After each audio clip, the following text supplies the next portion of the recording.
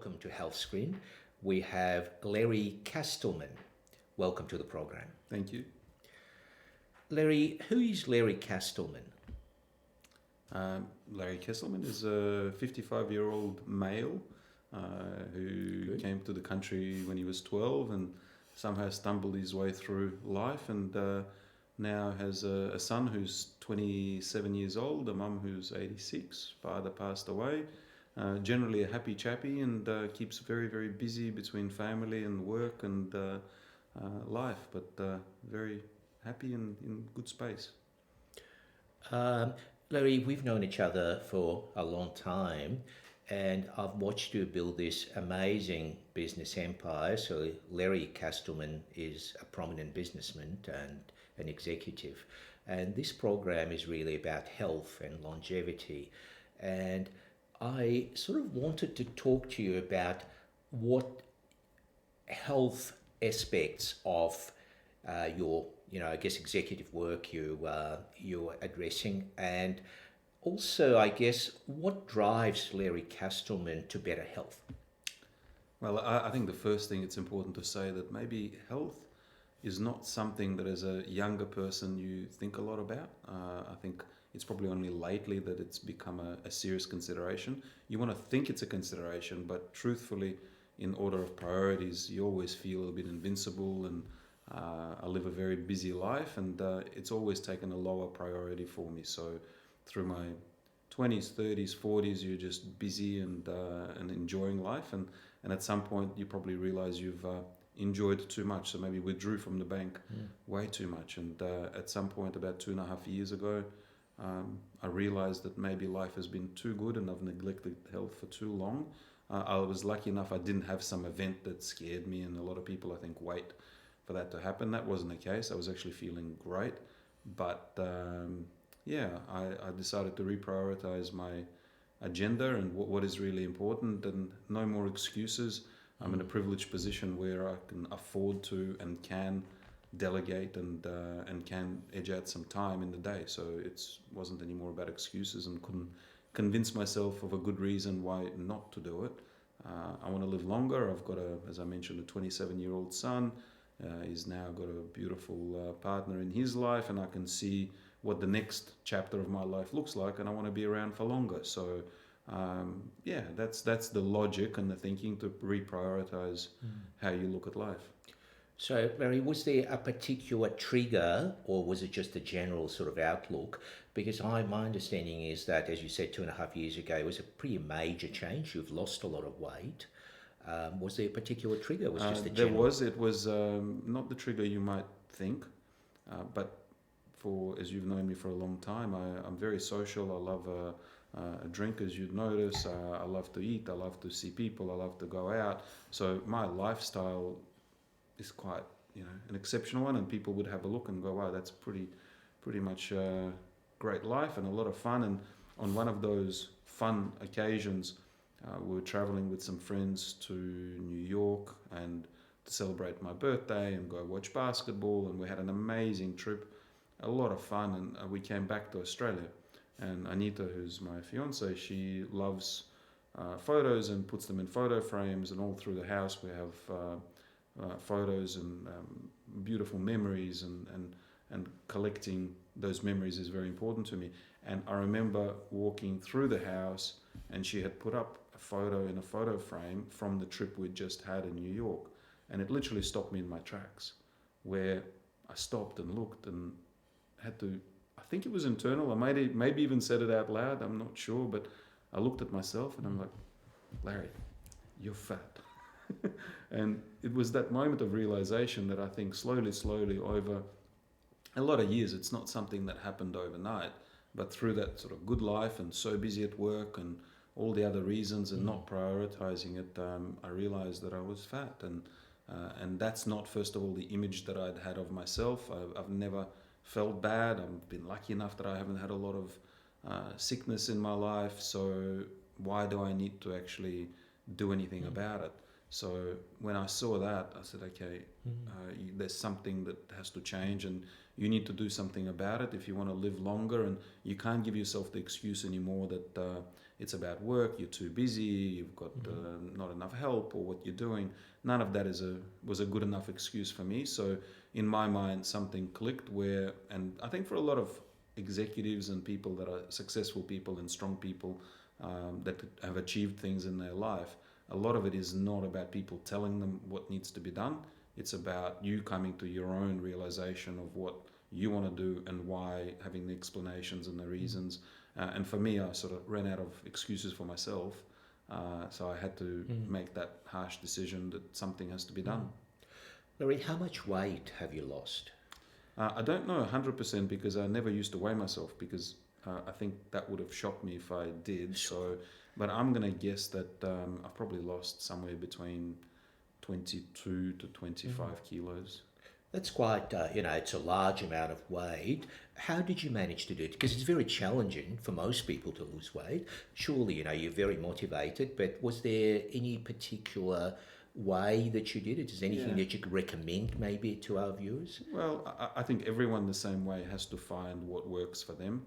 I'm not great at starvation, and I don't believe in this extreme methods. So for me, first I needed to educate myself and understand better. I'm lucky again with my partner. She's very healthy, and she understands diet and nutrition, and she'd gone on that journey, and that's part of her life. So I had someone that would support me and teach me about it. That was great. But I wanted to learn more and understand how to go about it. And I think I needed a bit of a reset as well. So speaking to a few friends, they went to a retreat on the Gold Coast called Gungana, and they spoke reasonably highly of it. So what I did is I booked Asin to go there. So that transpired in October, November. So in January we went there for, I think it was 5 days or so. And it was literally just a reset. You stop drinking coffee when you go there. They feed you healthy food. You exercise. And what I liked about it as well is the one that we went to was about sleep, stress, and sugar. So what happens, you also get educated about a few of those things. And I enjoyed it, and I took on board what they talked about and how to actually just live a healthier lifestyle. And really from there onwards, it was about eating better, being more aware. Being European background, eating is very much a part of life, and more so the simple formula is, if it's in front of you, you eat it, unless it's running away. Absolutely. So that's been the way I've been brought up. So monitoring how much I eat and being at least conscious of it and aware of it, and just changing the portions and being aware. I think that's being awake to the idea of what you're eating. Larry, how do you maintain that weight? See, the challenge, I think, is that, and there have been multiple trials that looked at that once you lose weight, it's most people within 2 years put it back on. So the challenge is not only to lose the weight, but also to maintain that weight. How do you manage that? I do have a secret to this. I don't know that I'm going to share it with you. I don't know. It's a top secret. So your listeners may want to write this down. They may want to record it. I may want a royalty. I'm not sure, depending on how many people actually sort of follow this. So Not many. you ready? Are you ready for this? I am. Okay. So what you need to do is you need to change your wardrobe.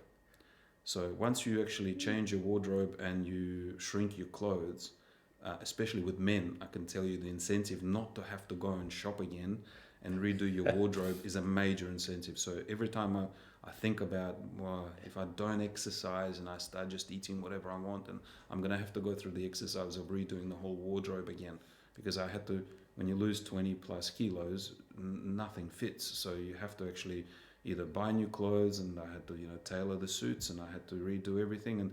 And for me, that was a nightmare. That was like, I hated it. So the idea of having to go through that process again is a great motivator to shut your mouth. It's very interesting. I agree with you. I think most men certainly would starve themselves rather than go shopping with their wives. What about exercise? You mentioned exercise. Is there any particular exercise that you do cardiovascular? I know you do quite a bit of walking. Yeah. So for me, I was never a big runner, and part of my excuse for not running as well was that I, especially for the last sort of 10, 15 years, I would always say to myself, I have bad shins. So I would get, if I would run or even walk really fast straight away, my shins would get sore. I'd have to stop and then I'd be fine to keep going. And once they sort of warmed up, I was fine. So I just kept on saying bad shins, but in actual fact, it was just the weight. So running was never a big part of the exercise. So it started with walking, a lot of walking. And then some good things came out of COVID. For me, COVID actually made it easier to lose the weight because you're literally locked out of restaurants and can't eat as much, lunches, dinners, and being social. That helped, but it also, what it did is that was one of the best pastimes to actually exercise. So I turned a lot of my meetings into walking meetings. At home, I put in an elliptic trainer, so a cross trainer, and that's my form of exercise because it's easy on your knees. It's not something that's particularly strenuous from sort of pounding on your joints, and you do work up a great sweat. So I slowly worked my way up, and I try to do, if not all days, but a lot of the days, I try to do an hour on the elliptic trainer. And then my son, during lockdowns, also we were able to do a bit of training when allowed. We managed to be in Noosa for part of the time, so he likes exercise and is into his gym, so I would start exercising with him. So the combination of him helping me with exercise and then cardio. So I think cardio is a big part of what I try to do, and I've walked. I think I've worn out a couple of souls of runners over the lockdowns and covered a lot of miles. So walking is a big part. Ah, look, I have no doubts because I walked with you once and I was exhausted the next day. I was in bed. Yeah, you walk really fast as well. Larry, what about weights? Do you do any sort of weight? Because I think it's obviously very important to maintain the muscle mass as well as we get older. Yeah, so it wasn't a pro. So in my younger years, I loved gym and I'd go to gym, and I think it's quite a social thing for me. I'm not great at doing this on my own, so that part of it is with my son. So it's great. I've got a partner that I can train with, and I also do a personal trainer once a week with Anita. So it has become more and more back a priority. So probably 6 months ago or so, I said to myself, look, I think I've lost the weight that I wanted to lose. So now it's probably just as important to start building some muscle. So I started introducing more and more weights to what it is that I do. So maybe 4 times a week, I do some sort of weights. So I do think it's important. Larry, I wanted to touch on the subject of executive health because I think certainly in the United States that's a very, very sort of large area, and executives are extremely valuable to the company, and losing A executive lot of with them are, yeah. and losing executives to illness or can be very, number one, very expensive to replace and may interfere with the business functioning. What are your sort of thoughts on executive health? Do you've got multiple companies? Do any of them have any sort of executive health programs? Or should they have? What are your thoughts on this? The whole concept, I Yeah. guess. Well, I think the concept of health in general is important. I do think a company mandating health or suggesting that you have to do something is not necessarily for me. I think it's more a personal choice, but I advocate for it, and I have a mixed results. Some are very conscious of it and do try to be very healthy and certainly have exercise as part of their regime. Some don't. I also do think that it's a way of life for some people, how they were brought up. So some people grew up in an environment where health and exercise was a big priority and others didn't. And then it comes back to timing in your life. So I work with I would say primarily a younger group of people. So they're generally very healthy or healthy, and they are not in their stage of their life where it's as much of a priority as it should be. So it's something that I would encourage, but I certainly don't buy into the excuse of I'm either too busy or I don't have enough time, work. That's not an excuse for me. If you don't want to treat that as a priority and you think it's not something in your life that you want to be doing, well, that's your choice. But I certainly very strongly advocate for it, and especially now. I wasn't a particularly good example, so I think it would have been hard for me to be telling people to exercise or worry about their health because I wasn't setting a great example. So much more now as a little sign of what I've done to a couple of my friends for their birthdays. Instead of giving gifts, that might be physical or treats. I gave them personal training as gifts for their birthdays. So those type of leading by example and suggesting gently that it might be a good way of life, and seeing if they can get into the routine. So if it starts with something that I suggest and then they make it part of their routine, Yeah. that's what I hope. Leading by example, you seem to have found a fine balance between family life, mental health, and running obviously extremely, busy executive, businesses. Do you have any advice for people? How do you find this fine balance between family life, workload, mental health, physical health? Yeah. What do you suggest? So, I don't necessarily suggest this is the same for everyone. I think everyone is different. What's worked for me is the number one thing that I do is, I think, perspective. I think it's important to always keep perspective. I really hate when executives and successful people or high-flying people, CEOs, busy people, they talk about how busy they are and how much pressure there is on them, and look, they don't have time for family, or I do it for my family. All those things don't sit really comfortably with me. I've always had my priorities pretty clear, and that is family is really important to me, and there's real life, which is family, life, death, things that happen in real life, and then there's what I call the game. And I love the game more than most. I really do. I love playing the game of business, of wheeling and dealing, growing businesses, starting businesses, working with really fun people. But I realize that is self-created. I have a choice. I can do more business. I can do less business. The fact of the matter is, if you have two hands and two legs and at least a little bit of a brain, in a country like Australia, you'll be fine.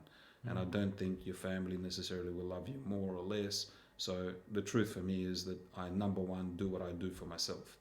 And if I create my own problems, then I need to resolve my own problems. And that is always a good perspective.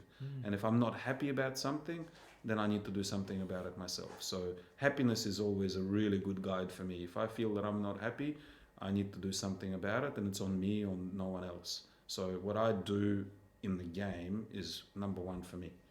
I love it, and that always gives me good perspective. But family has always been a big priority for me, and starting with my son and my fiance and my mum and everyone that's close to me. And what I've created in my, call it, business world over 35 years is this extended family that truly is like a family as well.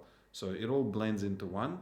But for me, perspective and separating life from what is the game, and just having as a guiding light that whole principle of pretty simple: are you happy, are you not? And if you're not happy, do something about it. So, and you're presuming for now that I'm mentally healthy, but that generally keeps Well, me on I didn't say that. Yeah, but, well, you talked about mental health, so Yeah. I would say I'm pretty straightforward, and I'm pretty good in that space, and I don't kid myself. Larry, I wanted to talk to you about, you've been a very successful business. You really run, an empire. What drives Larry?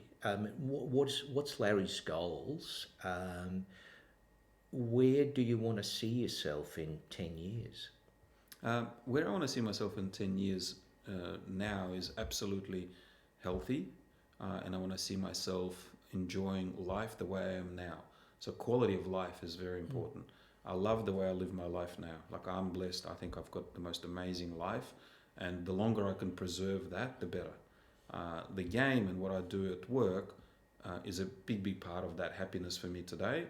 If you ask me 10 years, I still think that will be the case in 10 years. So if I can continue doing what I do for as long as I can, I think that's great. I certainly constantly keep readjusting exactly how I do that game component. I'm super lucky to have some amazing people that I work with that do a lot of the day-to-day things and allow me to have my life the way I want to structure it. So more and more time is dedicated to mentoring people, working with people, and really acting more as a chairman, master connector, strategy. So it's a huge privilege to be able to do that.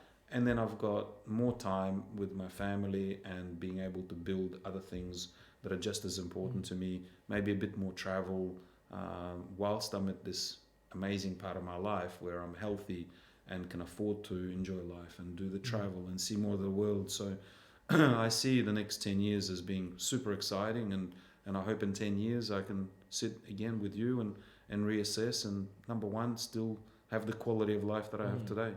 Well, hopefully we'll catch up before the 10 years. But Maybe not in front of cameras. Larry, we've known each other for some time, and I think just on reflection, look, I think you're very passionate about life.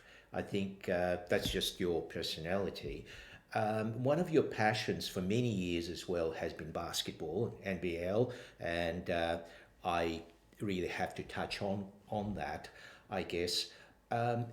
Having have this passion about basketball and having this involvement in developing really basketball in Australia for many years, has that affected your perspective on health? And what did NBL, by the way, do for their health? I assume they have sort of regular physical assessments. How does that work? Oh, look, they're amazing athletes, so high performance, and every team's got people within their ranks about high performance and nutrition and so on. So, yeah, I think being around people that are healthy and have healthy lifestyles definitely influences you. So, one of the people I actually was guided by as a nutritionist lately that I've tried something a little different to add to the repertoire is a nutritionist for the Melbourne United club. So, I think there's definite effects of that. I can't say that it completely turned my life around, but being around healthy people helps. I think like-minded people follow direction. So no, it's definitely been an influence. Larry, what about health screening? I understand that you are really quite proactive about your health and really sort of trying to find things if they're there earlier so you can do something about that. What are your sort of thoughts on that, on health screening in general? Well, I think the same way that I mentioned about going to Gungana and talking about education, if something makes sense to me, then I'm in. And what Health Screen does absolutely makes sense to me. So if you can afford the time and the money to be able to go in for a few hours, for half a day, and have a full assessment that gives you a bit of a green tick that, yep, you're fine, or vice versa, if they can pick up a problem early, I'm absolutely in for that. And I do understand that it's not necessarily always the sickness that will kill you, it's how quickly you can pick it up. I get that. I mean, my mum had breast cancer and they picked it up a little late, so she had to go through some quite aggressive treatments. And you see a lot of people, unfortunately, battling very challenging diseases, and a lot of the time it's because it was picked up late. You don't know that you have something a lot of the time until you already have the side effects of whatever you have. So for me, it absolutely made sense. Get on the front foot, and whether it's once a year, once every 6 months, every 2 years, whenever it is that you can, to go in and get checked. And if you can, even if you have something as scary as it is, I would much rather know early. And being in the second part of my life, let's say, I think it needs to be something that's part of the regime, because it makes sense to me that if I can pick something up early, there's every chance with today's medicine that it can be cured. And what do we all want to do? Well, I know I love life and I want to live longer, so I think this will become just part of something that I do. And on your advice and on others, whether it's an annual or biannual, I'm not sure, but as the technology is there and as it becomes more affordable, I think everyone should absolutely do it. Yeah, look, I think it's a very interesting concept. I think as we sort of talked, is that unfortunately very few of us die from old age, and it's usually heart disease, stroke, or cancer that kill us. And if you pick it up earlier, particularly with cancer at an earlier stage, before it spreads, then obviously your prognosis is so much better and you can be cured. Larry, in the final stages of this interview, and I think certainly to me it's been really very, very interesting to talk about executive health with you, but I was just wondering, just on a general sort of level, I always ask at the end, our guests about 3 things about longevity and better health that you would recommend, that you do, but you would recommend in terms of increasing your longevity. So, what actions you think I would take? Anything, either yourself or you would recommend to others. Yeah, I mean, for me, I'm a routine person, so I need to, in my mind, and I think COVID in some ways helped with that. I think exercise and movement will now become part of my routine. It's not something that I think, oh, maybe I should go do or not. It's the other way around. If I don't do it, it's a little strange and I don't feel right. So making it part of your routine, I think, is important. So if you do it for long enough, it just becomes part of the day. So I've now allocated my mornings. First thing in the morning, I try to make sure I get some exercise in, and that makes me feel better. And the other one is just being more aware. I think education is really important. So for people that truly care about their health and they want to do something about it, understanding what is good and what is bad when it comes to food is a must. I think a lot of us don't understand it. And it doesn't mean that you don't eat anything bad. I eat a lot of bad things. I really do.